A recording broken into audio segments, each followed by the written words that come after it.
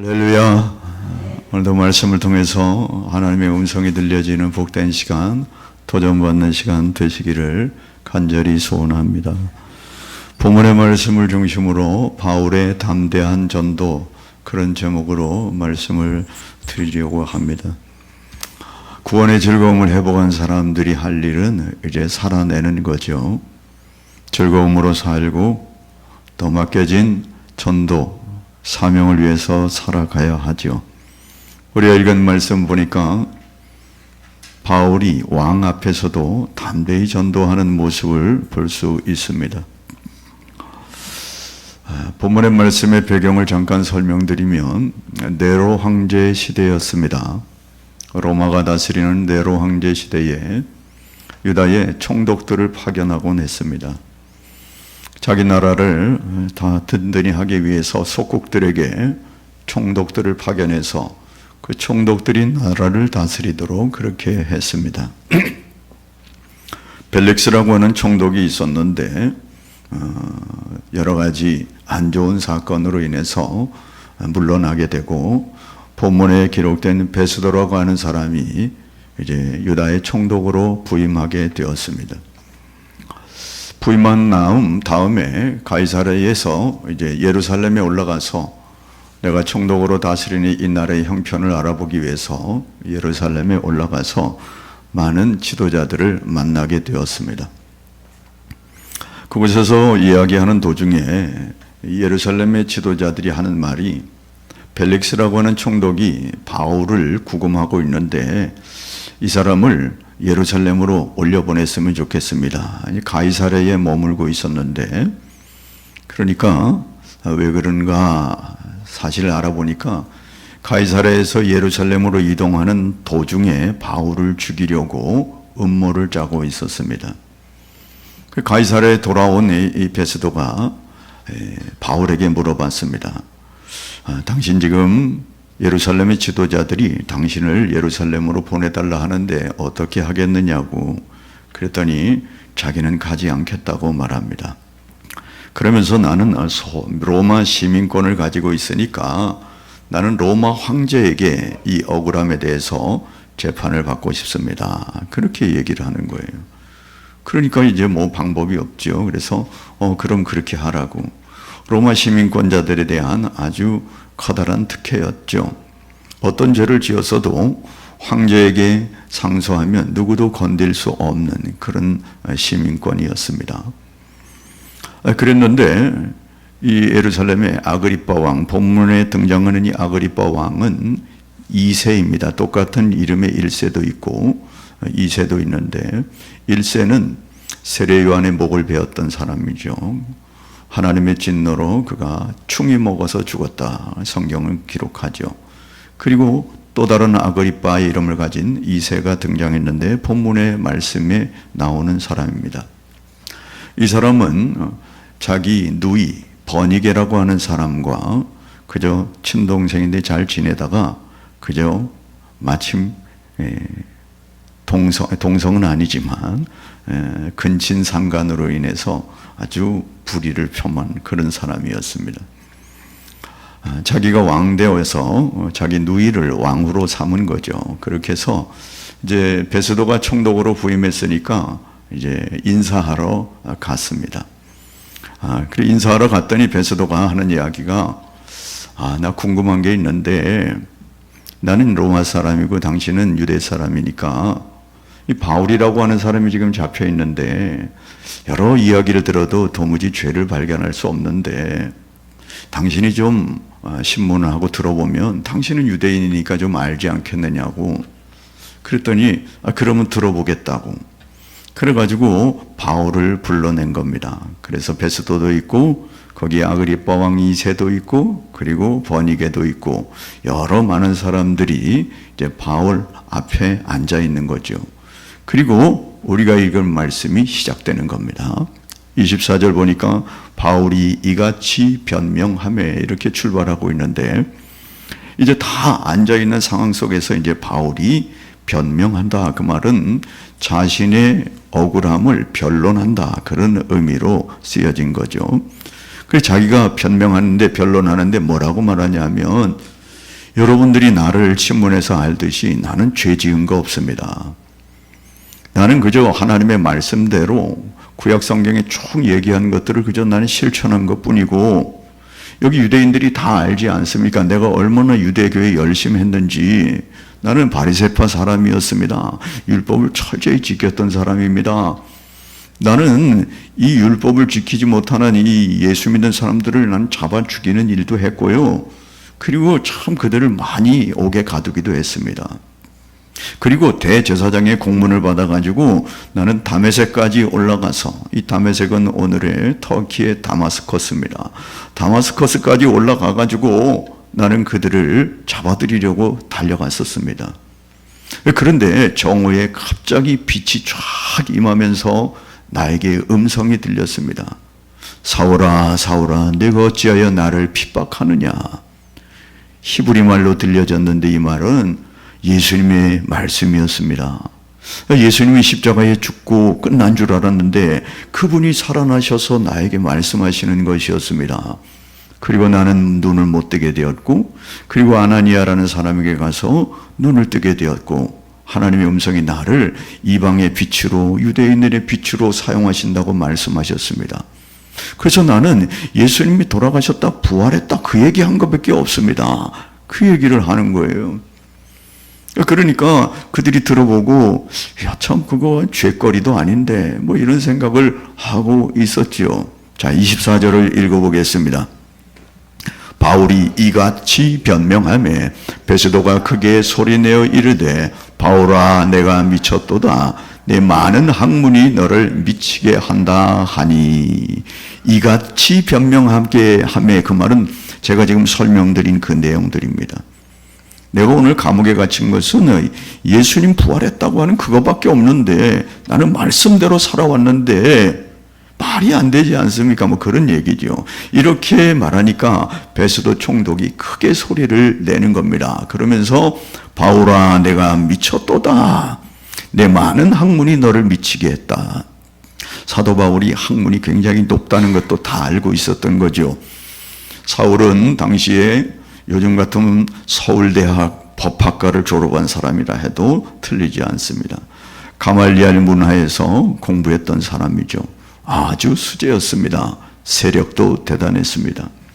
그런데 그가 지금 이렇게 결박되어 가지고 자기 앞에서 이런 변명을 하고 있는 분, 자기가 이해가 되지 않는 거예요.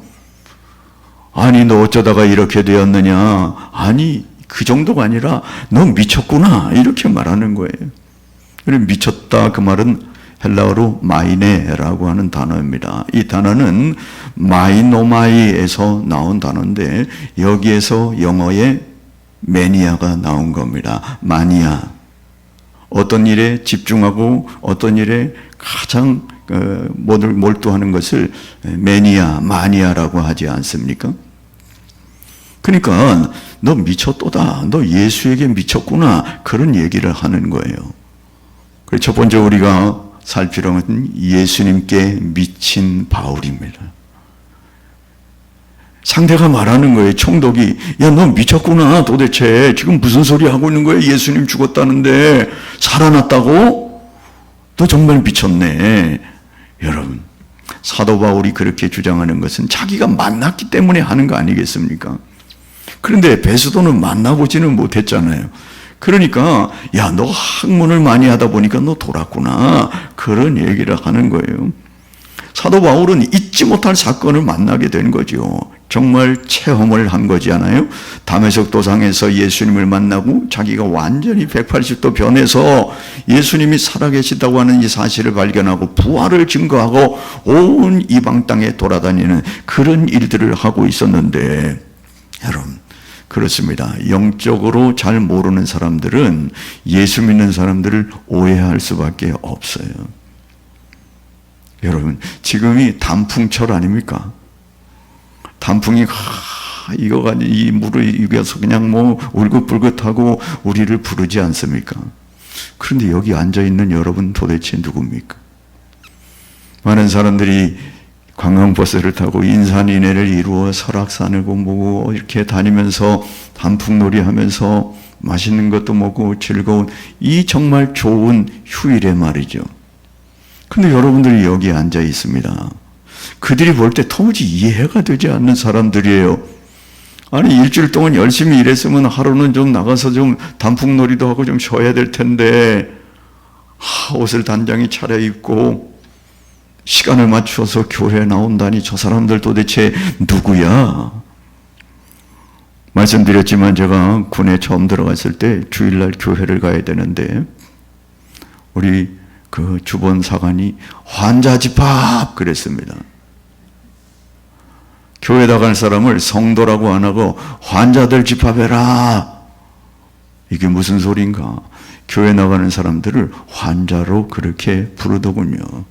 예수에 환장한 사람들, 예수 아니면 안 되는 사람들, 교회 갈 사람들 모여라.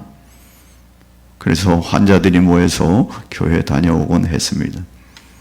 세상 사람들은 이해가 되지 않는 거예요. 그 지금 베스도가 보니까 사도 바울 도무지 이해가 안 되니 그렇게 공부도 많이 하고 그렇게 세도도 많은 애가 아니 어쩌다가 이렇게 된 거야 그렇게 말하는 거 아니겠습니까? 그렇습니다. 예수 믿지 않는 많은 사람들은 인생은 그저 하나의 미생물로 출발해서 진화되어서 인간이 되었다고 말하지 않습니까? 진화론을 주장합니다. 하나님이 없습니다. 그런데 창세기 1장 1절은 하나님이 태초에 천지를 창조하시니라. 할렐루야. 우리는 창조주 하나님을 믿는 거 아닙니까? 그러니까 이런 오해가 있는 것은 아직 몰라서 그래요. 그러니까 오해가 있더라도 싸울 필요도 없고요. 불쌍히 여기고 그저 그렇게 당연히 여기면서 우리가 신앙생활 해야 하고요. 도리어 그들을 깨우치는 일에 우리가 힘을 내야 하는 거죠. 고린도서 1장 23절 24절 보겠습니다. 우리는 십자가에 못 박힌 그리스도를 전하니 유대인에게는 거리끼는 것이요 이방인에게는 미련한 것이로되 오직 부르심을 받은 자들에게는 유대인이나 헬라인이나 그리스도는 하나님의 능력이요 하나님의 지혜니라. 할렐루야. 그런 겁니다. 유대인들은 예수님을 껄끄럽게 여겼어요. 자신들이 기다리는 메시아는 아니라는 거지요. 자신들이 기다리는 메시아는 로마를 물리치고 그리고 정치적인 왕을 기대했는데 그저 십자가에 돌아가시는 그분, 그저 군중들을 몰고 다니면서 뭐 하나님의 나라라고 말해주는 그분, 우리가 기다리는 메시아는 아니었기 때문에 그저 예수 믿는 것을 미련하게 생각하고 헬라인들은 꺼리끼게 생각하고 헬라인은 미련하게 생각했다는 거 아닙니까? 그러나 헬라인이든 유대인이든 예수 믿게 된 사람들은 예수가 하나님의 능력이구나, 하나님의 지혜로는구나, 이걸 깨닫게 되었다는 거 아니겠습니까? 여러분, 그렇습니다. 지금 이 많은 학문 때문에 미친 것이 아니라 사도 바울은 예수 그리스도 때문에 미쳤다, 그 얘기를 하는 거죠. 로마서 14장 8절 말씀도 사도 바울의 고백입니다. 읽어보겠습니다. 살아도 주를 위하여 살고 죽어도 주를 위하여 죽나니 그러므로 사나 죽으나 우리가 주의 것이로다. 할렐루야. 사도 바울이 이런 중심을 가지고 신앙생활하고 복음을 증거하고 있는 것입니다. 그러면서 베스도가 생각하는 정말 미친 사람이에요. 왜냐하면 빌립보서 3장 7절 8절에 사도 바울이 이렇게 고백합니다. 읽어봅니다. 무엇이든지 내게 유익하던 것은 내가 그리스도를 위하여 다 해로 여길 뿐더러 또한 모든 것을 해로 여김은 내가 그리스도 예수를 아는 지식이 가장 고상하기 때문이라. 내가 그를 위하여 모든 것을 잃어버리고 배설물로 여김은. 사도 바울이에요. 사도 바울이 그 많은 지식, 그 많은 재능, 그 많은 권세, 그 많은 돈 다 그리스도 때문에 다 내려놓았다는 겁니다. 아니 심지어 그 모든 것들을 배설물로 여겼다. 배설물은 뭔지 아시죠? 예? 내가 그리스도를 알고 보니까 그것과 비교하니까 천지 차이라는 것을 발견했다, 그런 얘기입니다. 사도 바울이 이런 중심을 가지고 그리스도에 붙들려 그리스도에게 미쳐 일생을 달려가게 된 거죠. 여러분, 그런데 미쳤다 그 말은, 지금 베스도가 미쳤다 그 말은 좀 안 좋은 이야기로 하는 것이지만, 여러분, 사도 바울이 미쳐서 결과가 무엇입니까? 사도 바울이 예수 그리스도에 미친 결과가 뭡니까? 사도 바울은 예수의 미침으로 말미암아 위대한 생애가 되었다고 하는 사실이죠. 얼마나 그 말미암아 이 사도 바울로 말미암아 교회들이 세워지고 얼마나 많은 사람들이 우상에서 노임받고 새 삶을 얻게 되었습니까? 이 미친 사도 바울로 말미암아 로마가 복음화가 되었다고 하는 것을 어떻게 미친 사람으로, 세상 사람들이 말하는 미친 사람의 그 미침으로 볼 수 있겠습니까?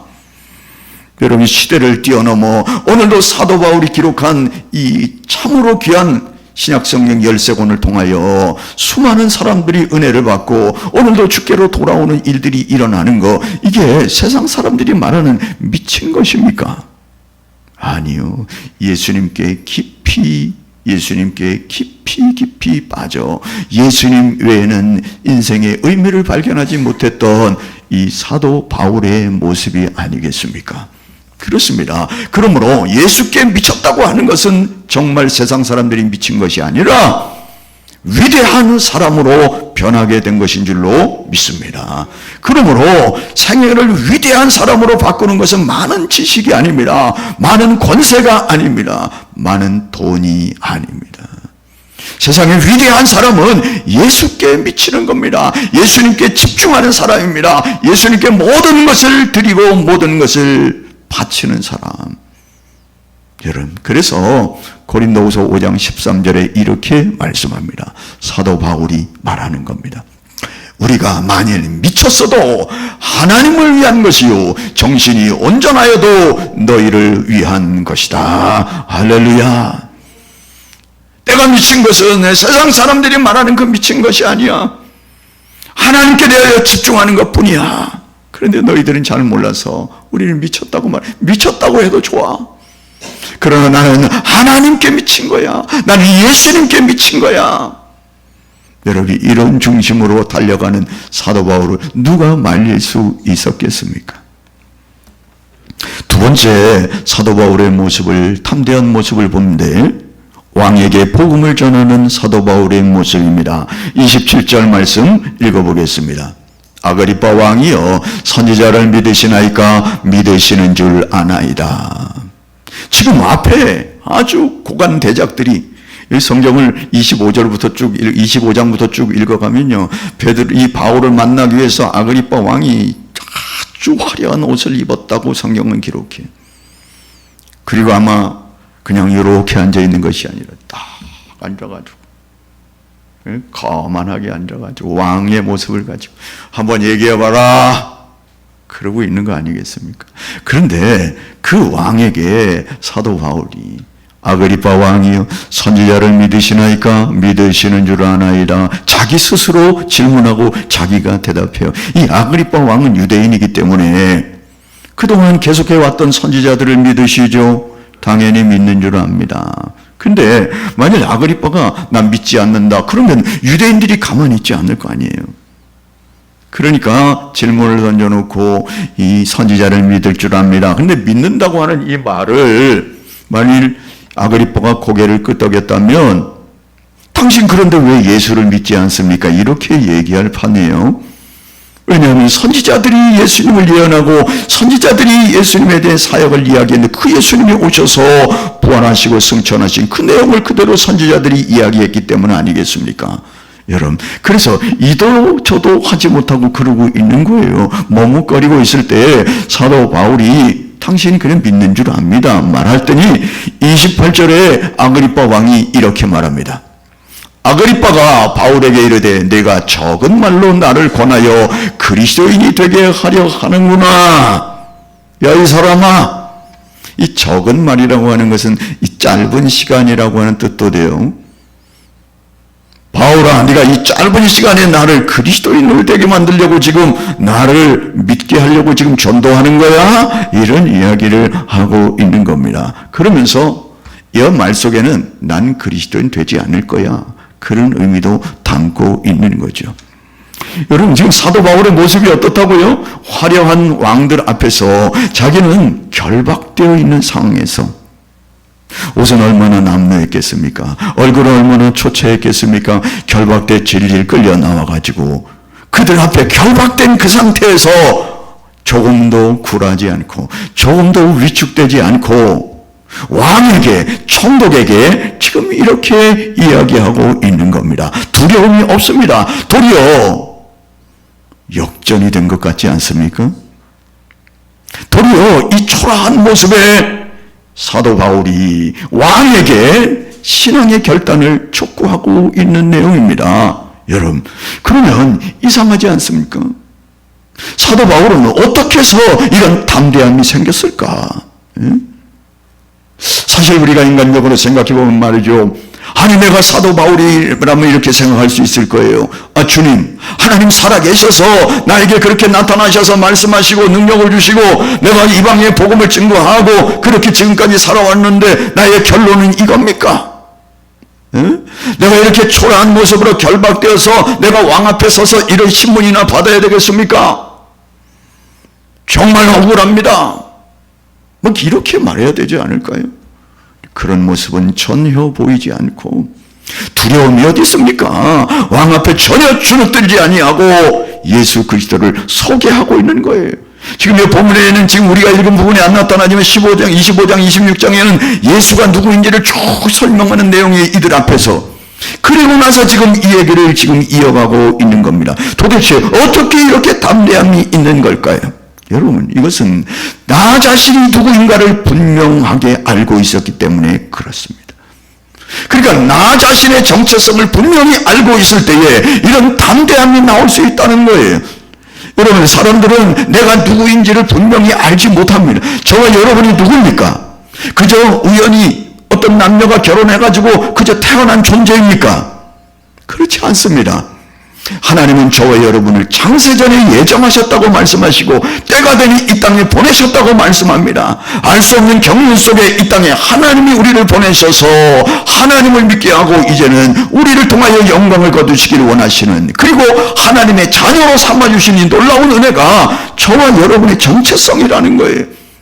사도 바울이 이것을 확신하고 있었기 때문에 조금 더 흔들림이 없었습니다. 나는 하나님의 자녀로, 나는 예수 그리스도의 사명을 받은 자로서 나는 이 사명을 감당하다만 한 순교도 마다하지 않겠다고 하는 분명한 확신을 가지고 있었기 때문에 그는 굴하지 않았던 겁니다. 조금도 위축되지 않았습니다.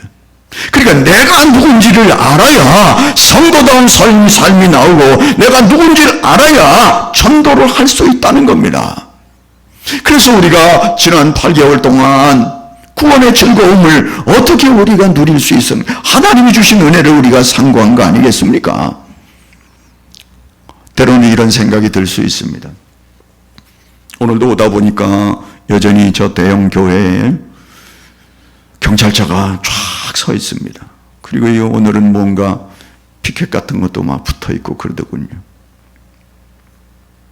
태용 사건들이 기독교인과 연루되어 있을 때 우리는 때로는 위축될 수 있어요. 창피합니다. 부끄럽습니다. 그래서 뭐 전도는 뭔 전도, 이런 문제들 때문에 전도의 길이 막혔는데 무슨 전도를 하나. 그리고 나 자신을 생각해 보면 나는 그래 뭐 번듯하지도 못하고 나는 뭐 이렇게 가진 것도 없고, 여러 지식적으로 보나 여러 상황으로 볼 때 내가 누구를 전도하나, 자신의 초라한 형편 때문에 위축될 수 있습니다. 여러분, 그런데 우리가 생각을 바꿔야 돼요. 왜냐하면 그것이 저와 여러분을 있게 한 것이 아니기 때문에 그렇습니다. 저와 여러분의 자부심은 나의 의로움에서 나오지 않습니다. 저와 여러분의 자부심은 나의 강함에 있는 것이 아닙니다. 저와 여러분의 정체성은 바로 예수 그리스도 때문에 있는 것입니다.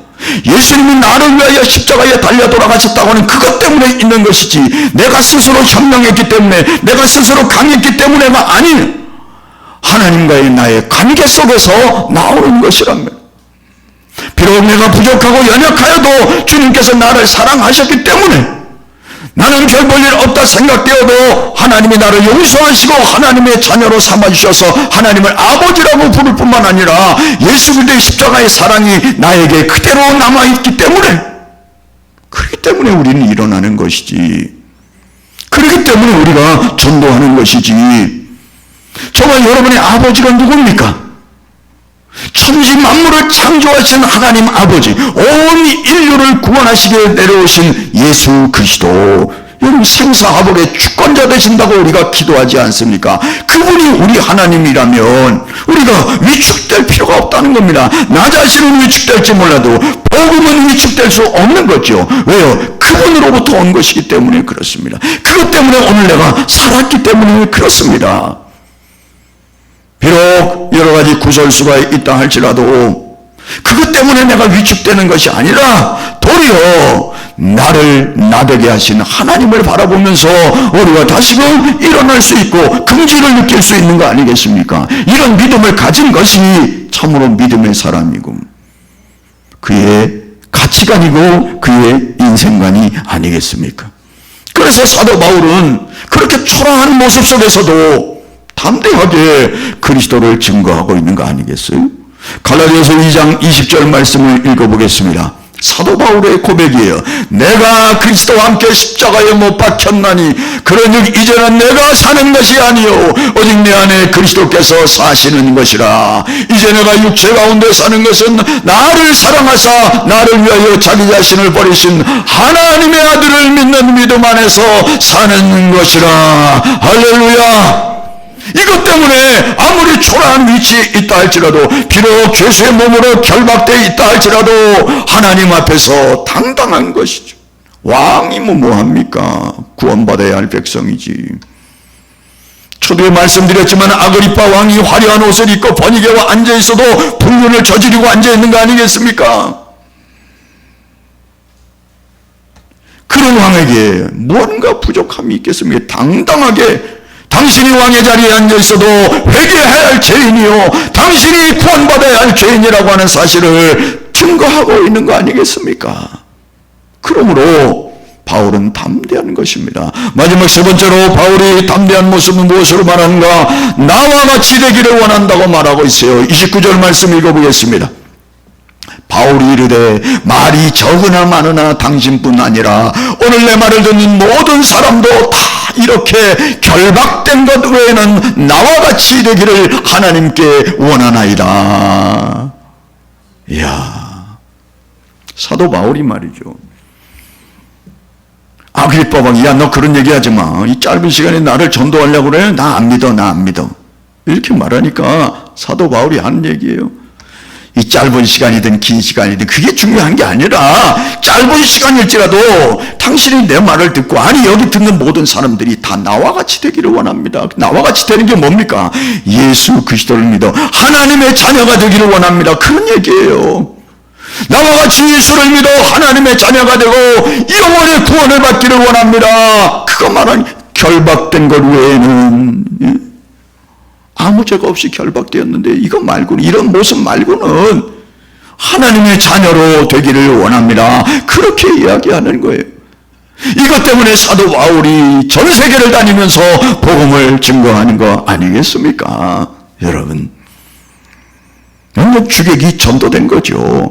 이 죄수의 몸으로 그를 설득하는 거. 그 사람은 그냥 듣고만 있고 말이죠. 얼굴이 벌개졌는지 모르겠습니다만 여러분, 그러면서 나를 본받으라 그 말이잖아요. 나와 같이 되기를 원한다. 사도 바울이 여기뿐만 아니라 자기 서신서 곳곳에서 나를 본받으라, 나를 닮으라 그런 얘기를 많이 해요.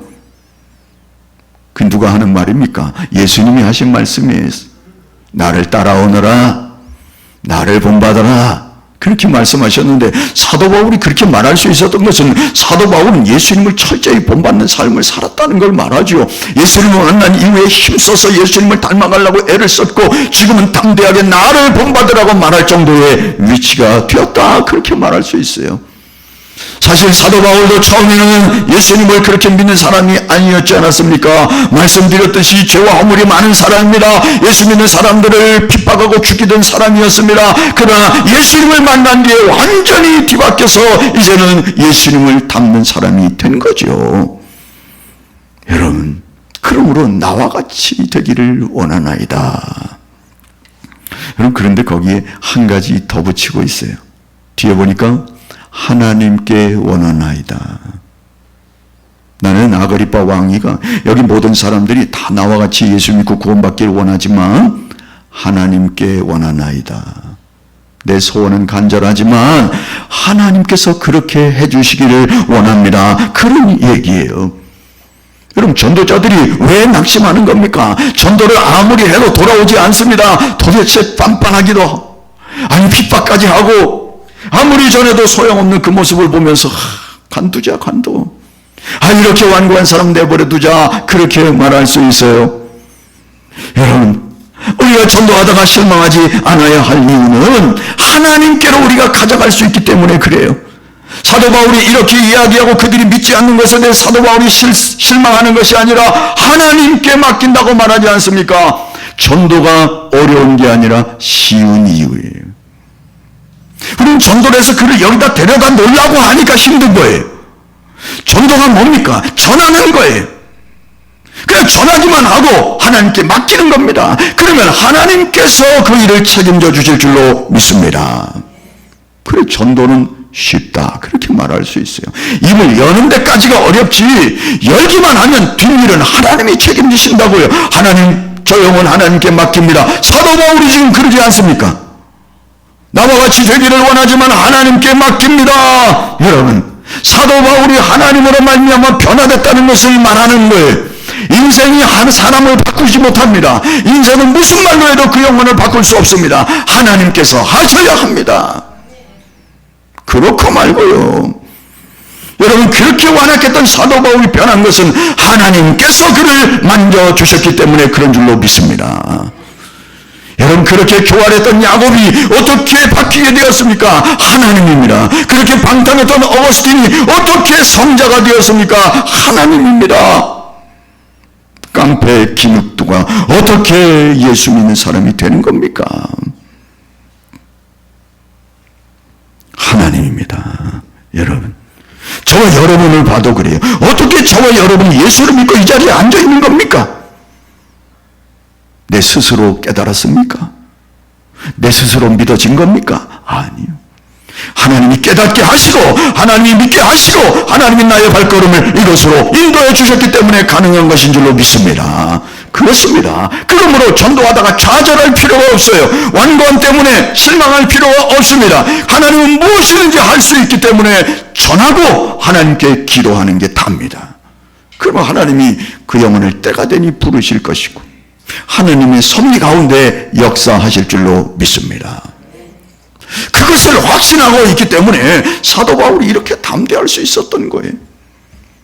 나 된 것은 내가 노력해서 된 것이 아니라 하나님이 오늘 나에게 임하셔서 나를 완전히 거꾸로 때림으로 말미암아 변화시켜서 내가 오늘 이 모습 되었으므로 나 하나님께 맡깁니다. 아그리빠 왕이요? 예수 안 믿는다고요? 그러든가 말든가 나는 하나님께 맡깁니다. 여러분, 이 결과가 뭔지 아시나요? 최종적으로 그 왕들이 총독과 듣고 있던 그들이 가만히 듣고 있다가 스스로 일어나서 나갔다고 본문이 말씀하잖아요. 30절 말씀에 왕과 총독과 버니게와 그와 함께 앉은 사람들이 다 일어나서 물러갑니다. 그러면서 말하기를 이렇게 말해요. 이 사람은 사형이나 결박을 당할 행위가 없다. 그저 자신들의 종교에 대한 이야기지 범죄의 일이 아니다.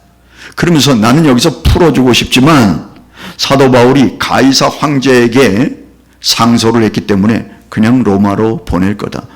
그렇게 이야기하고 끝납니다. 사도 바울이 왜 가이사에게 간다고 말했을까요?